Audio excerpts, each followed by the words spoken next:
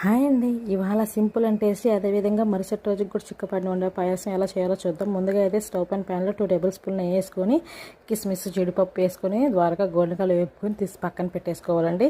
ఇప్పుడు అదే ప్యాన్లో కొంచెం సేమియా వేసేసుకొని గోల్డెన్ కలర్ వేపుకోవాలండి. వేపుకున్న తర్వాత కప్పు 1 లీటర్ పాలు తీసేసుకొని ఒక పొంగు రానివ్వాలండి. అలా పొంగు వచ్చిన తర్వాత ఏ కప్తో అయితే మనం పాలు తీసుకున్నామో అదే కప్తో 2 కప్పులు వాటర్ తీసేసుకొని బాగా సేమియా అనేది ఉడకనివ్వాలండి. ఇలా సేమియా ఉడికిన తర్వాత ఏ కప్పుతో అయితే మనం సేమియా తీసుకున్నామో అదే కప్తో పంచదార తీసుకొని బాగా ఉడకనివ్వాలండి. ఇలా ఉడికిన తర్వాత మనం యాలకుల పొడి, మనం వేచి పెట్టుకున్న కిస్మిస్ జీడిపప్పు, అదేవిధంగా లాస్ట్లో కొంచెం 2 చుక్కలు నెయ్యి వేసుకోవాలండి. వేసుకుంటే ఫ్లేవర్ అనేది చాలా అంటే చాలా బాగుంటుంది.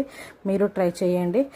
నాకైతే కన్సిస్టెంటీ ఇలా పలచగా బాగా వచ్చిందని మీరు ట్రై చేసి చూడండి. పలచగా వస్తుంది. ఇది నాకు ఈ కన్సిస్టెంటీ మరుసటి రోజుకి కూడా సేమ్ ఇలాగే ఉందండి. చిక్కపడలేదండి. మీరు ట్రై చేసి చూడండి. ఈ పాయసం చాలా బాగా వస్తుంది. నచ్చితే లైక్ చేయండి, షేర్ చేయండి, సబ్స్క్రైబ్ చేసుకోండి ఫ్రెండ్స్.